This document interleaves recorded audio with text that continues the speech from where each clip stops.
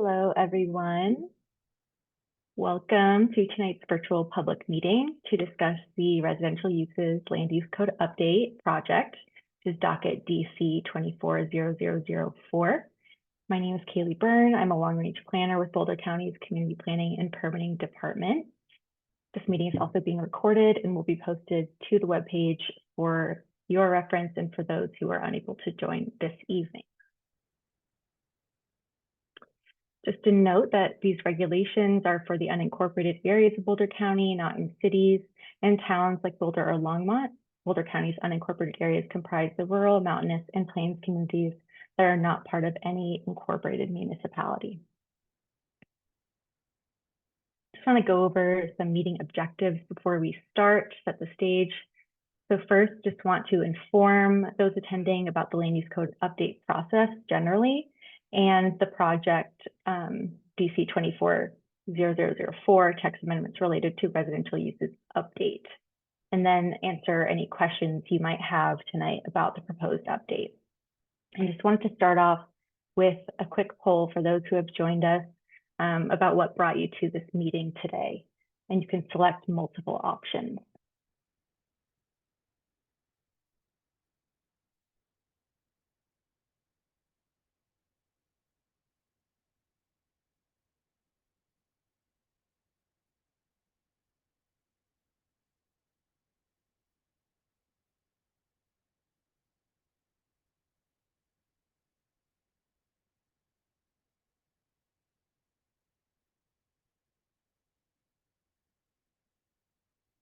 Poll should be up for those with us, so feel free to go ahead and select all that apply about what might have brought you to the meeting tonight.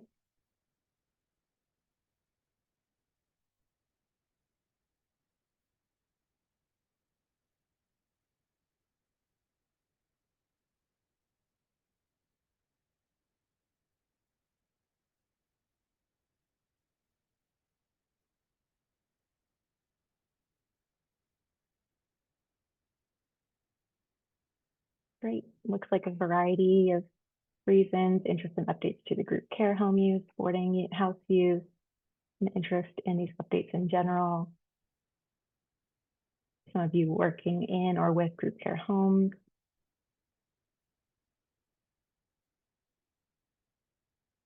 Great. Thank you for participating in that poll.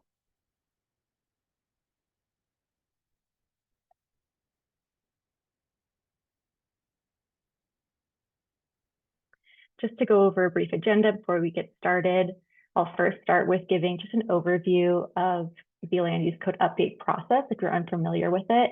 If you are, it'll just be a good overview.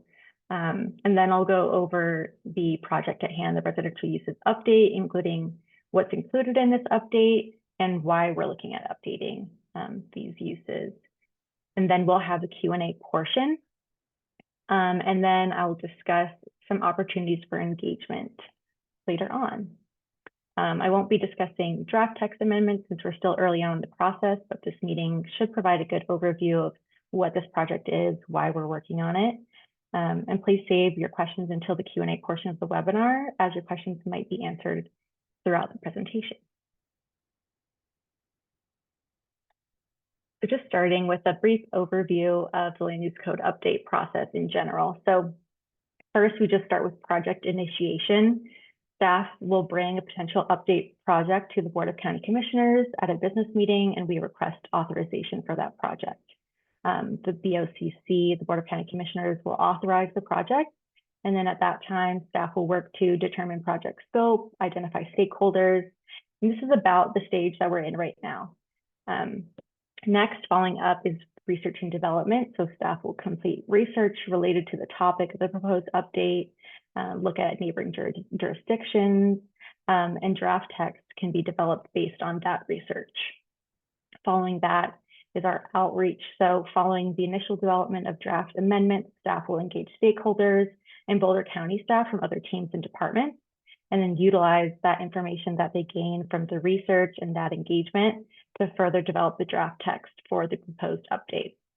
The formal referrals also sent out to stakeholders and neighboring jurisdictions that include those draft text amendments. and a formal public comment period also occurs. And those comment periods typically last 2 to 4 weeks, and they'll occur before the first public hearing before Planning Commission. The Planning Commission public hearing is that next step, so it's scheduled by staff. We write a recommendation memo for Planning Commission, and that includes research, draft text amendments, referral responses, and public comments that we receive.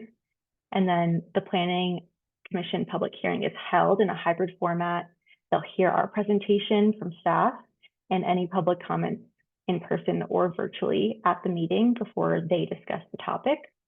And then they make a recommendation to the Board of County Commissioners on whether they think they should approve or deny the proposal, and they may request more information or revisions to the proposed project.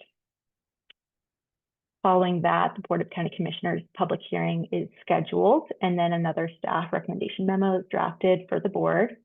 That hearing is held also in a hybrid format, and similarly to Planning Commission, the board will hear our presentation, then public comments, and then discuss the topic and make a final determination to approve or deny the proposal. Conditions of approval can also be applied by the board. And then following that, if the update is approved by the Board of County Commissioners, it's adopted by resolution, signed by the board at a later date, and the changes are then made into our Boulder County Land Use Code. Just a brief overview of the update process. And given that general timeline of land use code updates, this is our tentative timeline that we're following for this project. So we received authorization on October 29th, 2024, and have started working on research and development in November 2024. Following that, and through the end of January, are doing some outreach, including this meeting. And then looking to maybe finalize draft text amendments February 2025, tentatively going to Planning Commission in March, and the Board of County Commissioners in April.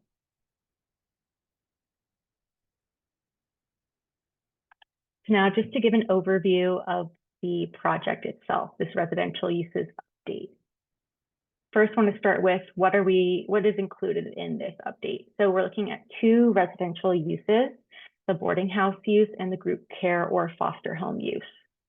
So as you can see here, the definitions are on the screen. Boarding house is defined as a building or portion thereof which is used to accommodate for compensation 3 or more boarders or roomers, not including members of the occupant's immediate family who might be occupying such a building. This is permitted by right in the multifamily, transitional, business, commercial, and general industrial districts.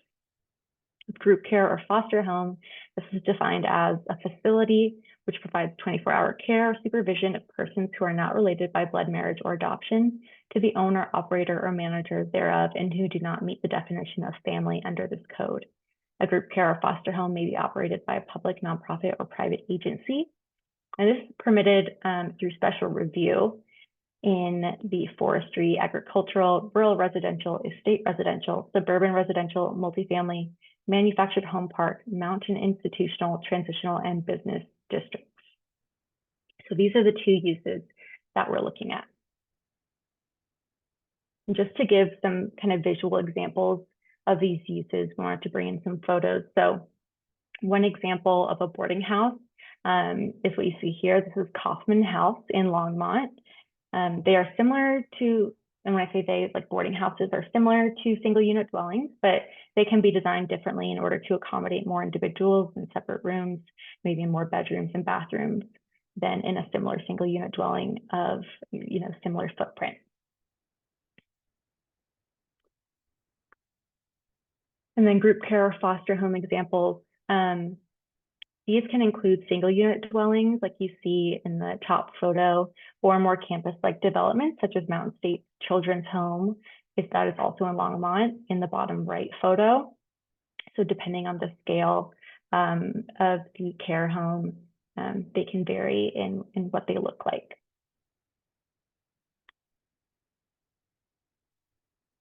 So why are we looking to update these? First, we have housing goals in our Boulder County Comprehensive Plan that we want to implement related to housing diversity, fair housing, innovative housing solutions, older adult housing, all these goals that we want to work towards. So this is related to those goals. We also want to ensure we have alignment with state regulations on group care and how those homes are regulated by the state, as well as occupancy. We also want to make sure we're aligned with federal fair housing regulations. And we really want to reevaluate the scope and the purpose of these uses to ensure they're effective. And additionally, we want to reflect our recent land use code changes regarding occupancy in Boulder County. And I'll touch on that too. So just to touch on the occupancy regulations, since that was a recent change, previously the term family was used to regulate occupancy for residential use classifications. The word family was defined based on familial relationship, and it limited the number of unrelated people who could constitute a family based on our definition in the Boulder County Land Use Code. And so when this term was implemented in residential use classifications, it limited the occupancy of those uses. And last year, state law was passed that no longer allowed jurisdictions to regulate occupancy based on familial relationship. So our land use code went through an update to remove that defined term of family and take it out of, and replace it with household, and take that out of our single unit dwelling and multi-unit dwelling definitions, those residential use classifications. And we added occupancy regulations for dwelling units that are based on on-site wastewater treatment system sizing standards, and the number and size of bedrooms and guest rooms within a dwelling unit with an occupancy maximum of 16 individuals. And so this is related to this update because the term family and familiar relationship is touched on in some of these, in the two residential uses that we're looking at. So we just want to make sure that we're aligning with this update to our own code.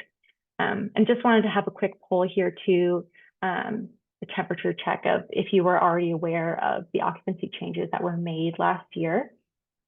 And that poll should be coming up.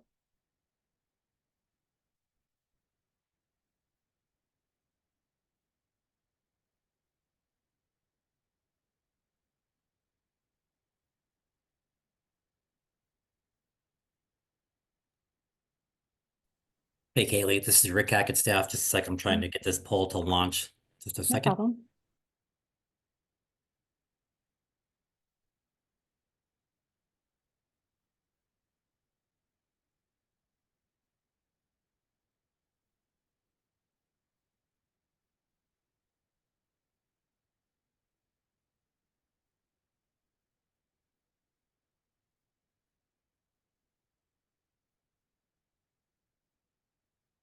All right. It looks like we're kind of split, but majority of you are not aware of the occupancy changes. So glad we could also touch that tonight so that you can be made aware of that change. Thanks, Rick, for getting that poll up. Okay. So just to go over some initial thoughts that staff that we have been having on this update, since we're early on, you know, these are just preliminary thoughts and questions that we're ruminating on. With regard to the boarding house use, we want to see if and how this use can be modernized and maybe better utilized, because it seems like maybe a use that is underutilized and that we still have in our code. So related to that, is it a use that we still need following this occupancy change? Since now we're looking at occupancy in a different way, just basing it off of the sizing of on-site wastewater and bedroom sizes. It might allow for more a diversity in living situations that covers a lot more, that maybe we don't need boarding house anymore as a use. And just also this question of if this use could still benefit the community, then it's not necessarily something we would want to get rid of. If so, there's a possibility for a benefit here. With group care or foster home, we want to ensure alignment with federal and state regulations, as I touched on. So that's really something we'll focus on as we look at this update, and perhaps consider two intensities of use, like I showed with those photos.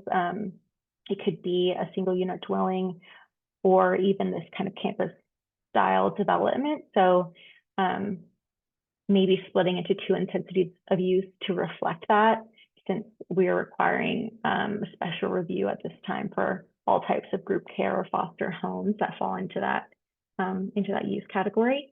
And we're also have this question of, how can our local codes support group care and what are their needs? So these are some questions that we have that we're working on learning more about and getting some answers to through this update and through the outreach.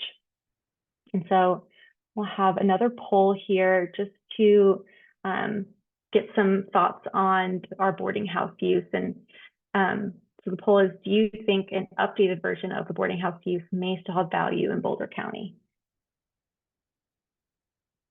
Thanks, Rick.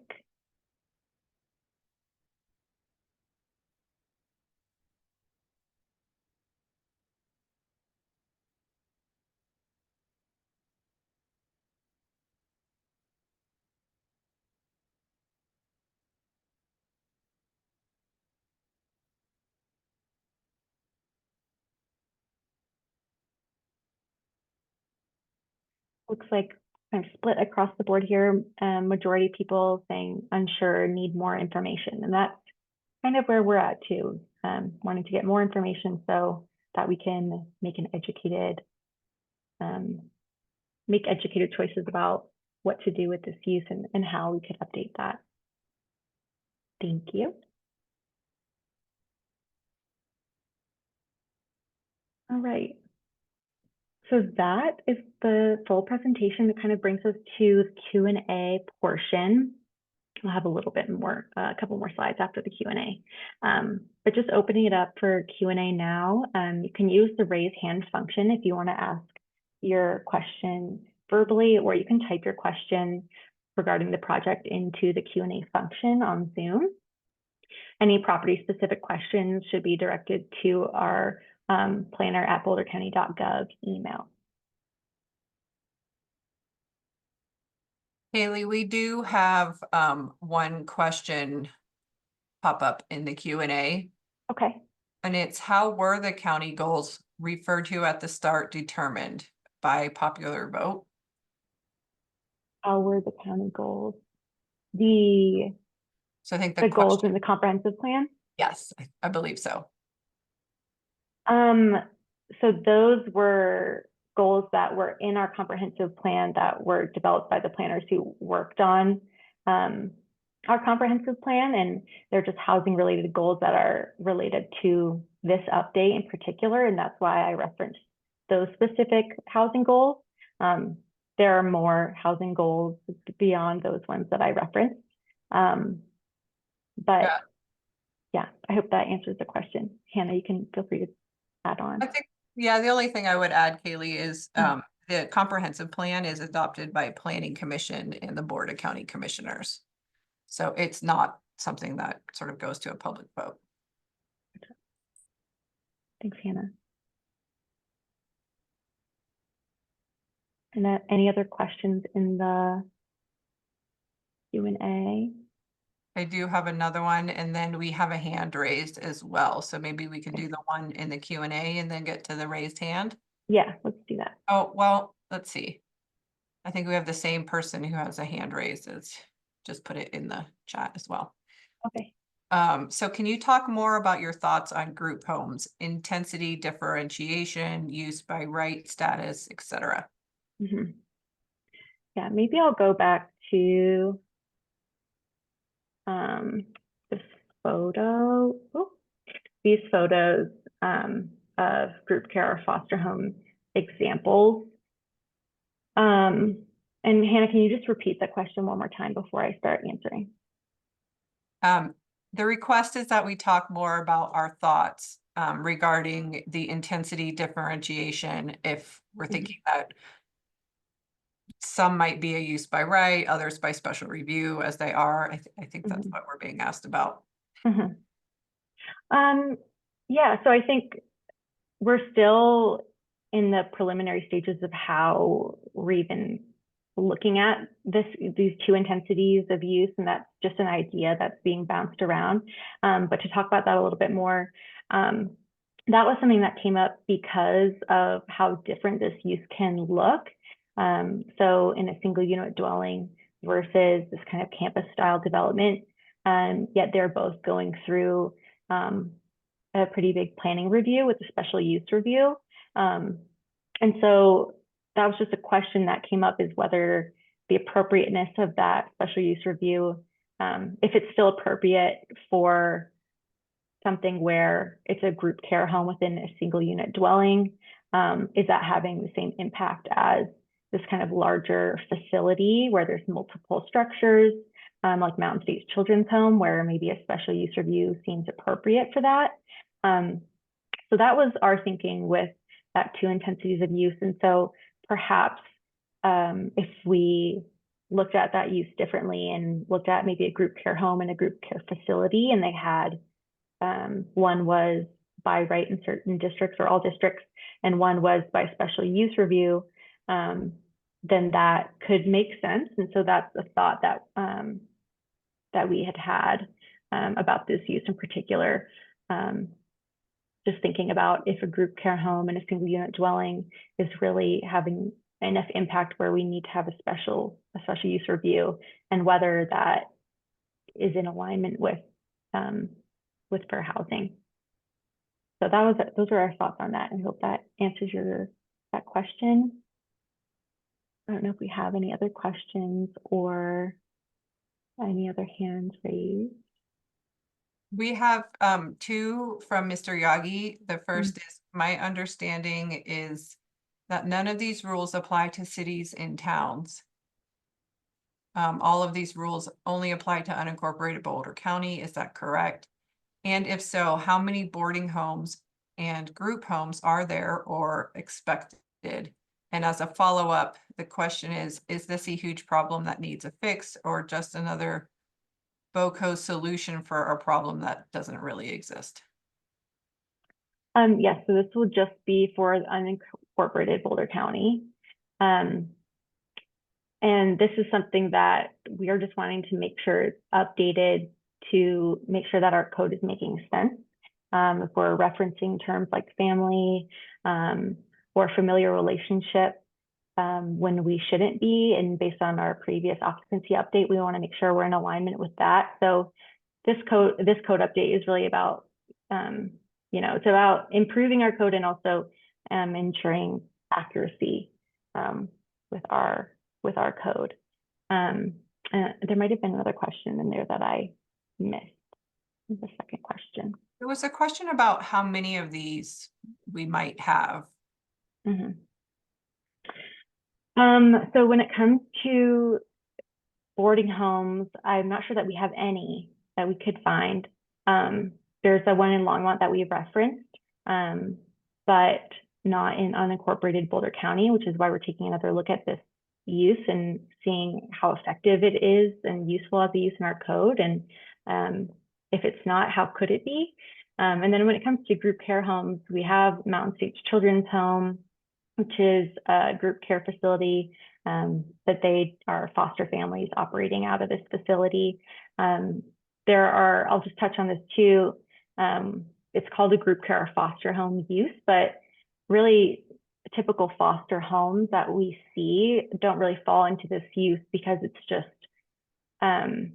people living in a single unit dwelling that have foster children, and they don't really fall into this kind of facility use. And so they're not looked at by Boulder County through this use, but they are registered and licensed through the appropriate avenues. It's just not something that our department is handling. We have a foster care team in Boulder County that deals with that and the licensing with that. But to my knowledge, Mountain State Children's Home might be the only group care or foster home, that and maybe one other, I think, based on the research that I've done through our records.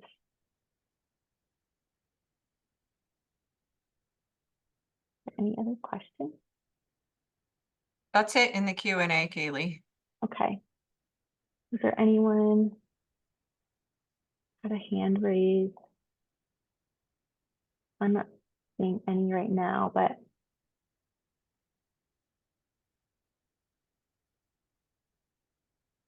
All right.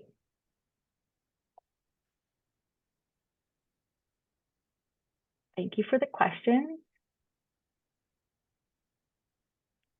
So just to continue on, following this event, just for some further engagement opportunities with this update, like I said, we're still in the beginning stages. So this was really just an info session to get the word out there and answer some initial questions about what this update is.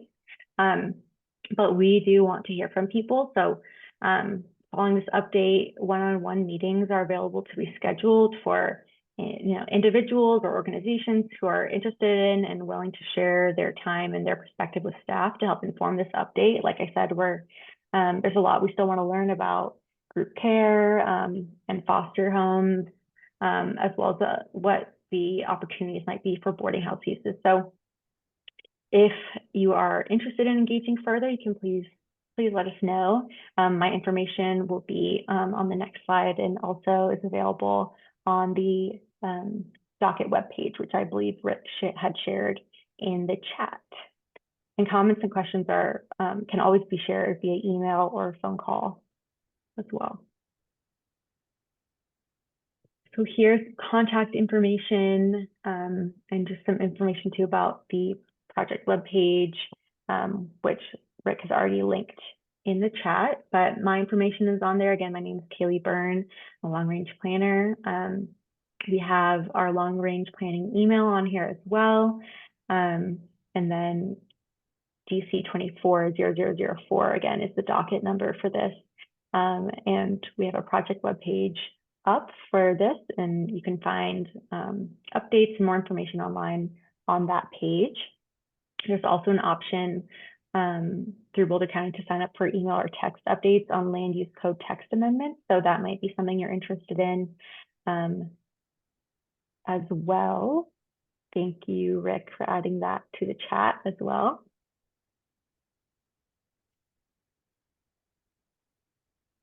Thank you. And I don't have anything further. And so thank you everyone for joining. And thank you, Hannah, Rick, Jack, Ethan, for being here and helping run this meeting tonight.